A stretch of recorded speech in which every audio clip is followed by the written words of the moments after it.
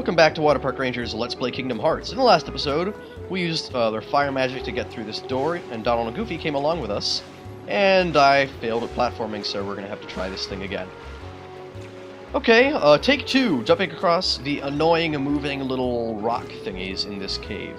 I've always hated this platforming section, and I've never gotten good at it, and I doubt I ever will. There's also this little random house in here. I do believe you eventually have to find it. So I decided, you know, might as well find it now. I guess we could technically get on the gummy ship and leave to the next world, but I'd rather show you what we can do in Traverse Town for the time being.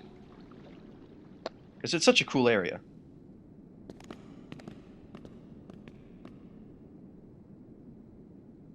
No one seems to be home. There's something about this musty place.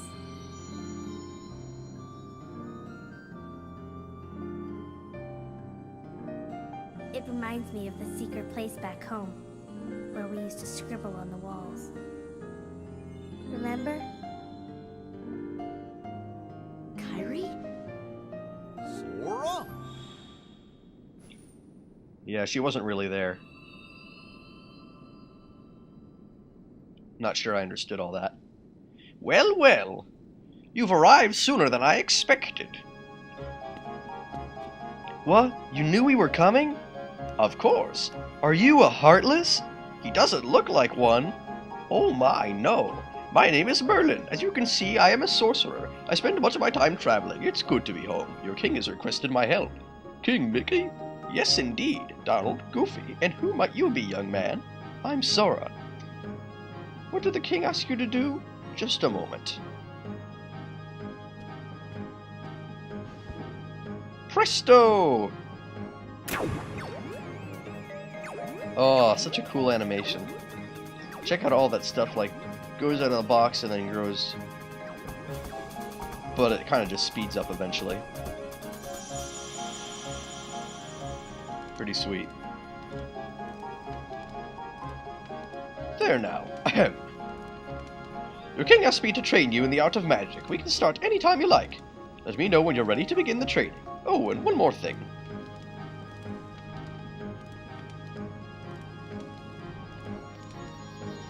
That little carriage is sparkling, and it turns into the fairy godmother. That's kind of cool, I guess. Hello, I'm the fairy godmother. Your king asked me to help too. I do not know how much I can be of help, but do stop by any time. So these old geezers really can't help you with much. Merlin's training accomplishes crap, so don't bother with it. It will not teach you how to do magic. You know who's going to teach you how to do magic? Me. I'll teach you how to do magic better than Merlin will. If you learn magic from Merlin, you will basically be horrible at magic, so just follow my advice and what I say, because I know this game better than he does. And I don't even know it that well. And the fairy godmother actually can't help us with anything at the moment. She is kind of completely useless. Let's see. Yeah, never mind. I'm not practicing magic. For some reason, I thought there would be an option to do something else. Well, just to be on the safe side, I'm going to save. And also, I don't know why Merlin wants us to learn the alphabet. Like, how is that supposed to make anyone better at magic? The 1, 2, 3s and the ABCs will not make you better at magic, kids, no matter what Merlin tells you. Okay, after that save, we are ready, basically, to, I think, depart Traverse Town, or, anyway, head there.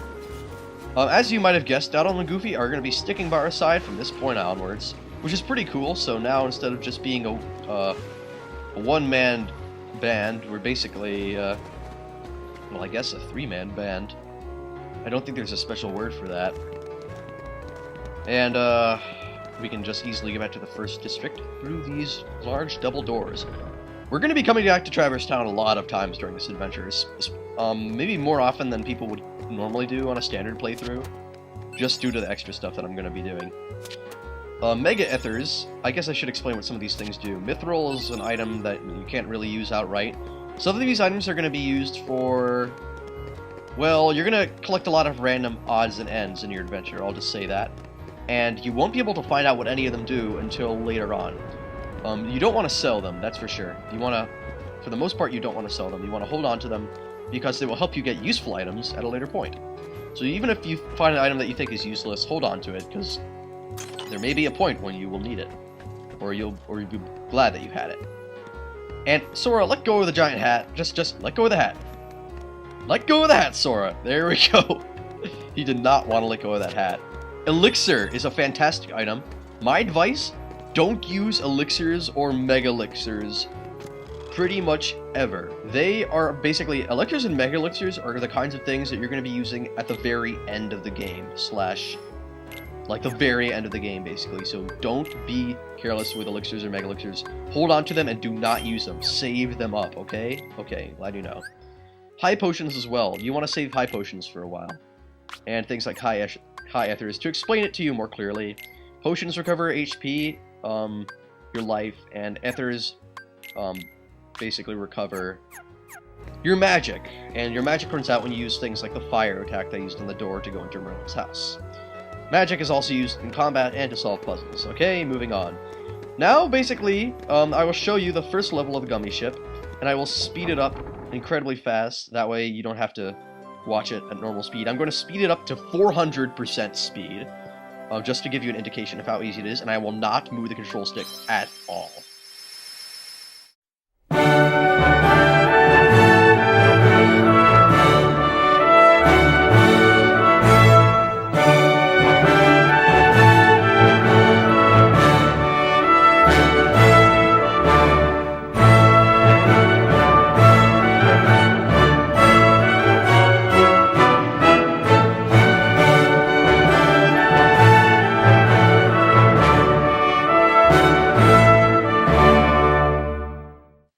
So that was a craptastic Gummy Ship.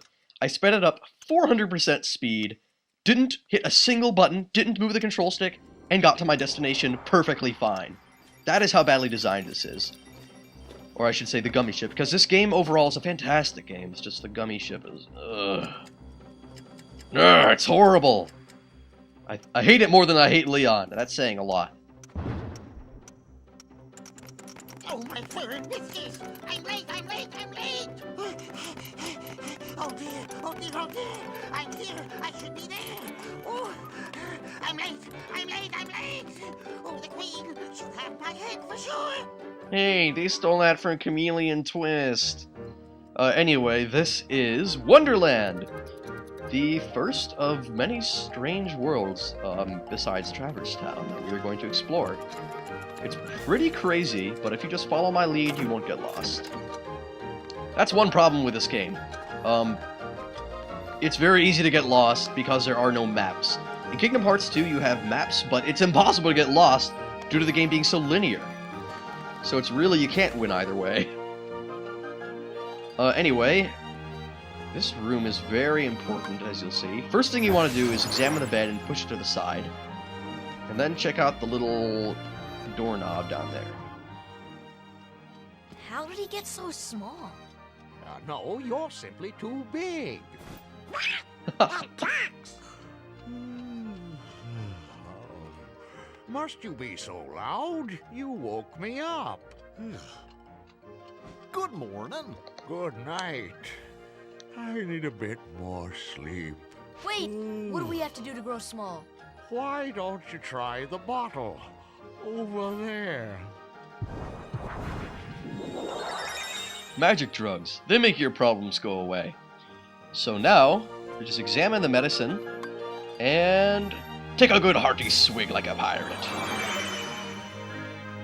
And now that we are small, we have to basically jump down and go through where we push the bed. But it won't be that easy because Heartless stand in our way, and these, Heartless wield fire magic. They're basically based off the, They're based off the Black Mage enemy slash class from, the Final Fantasy series.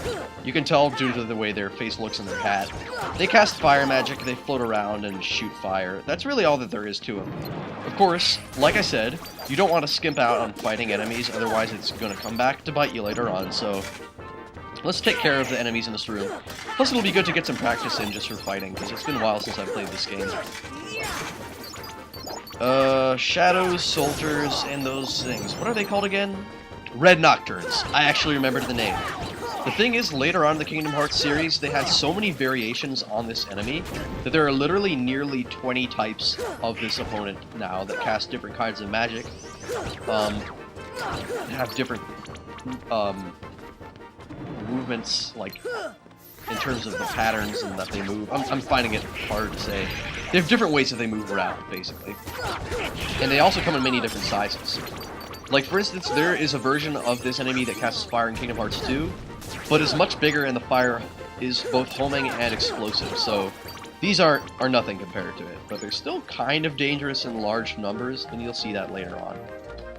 Anyway, you're going to see more of Wonderland in the next episode once we actually unravel the mystery of this world. See you then.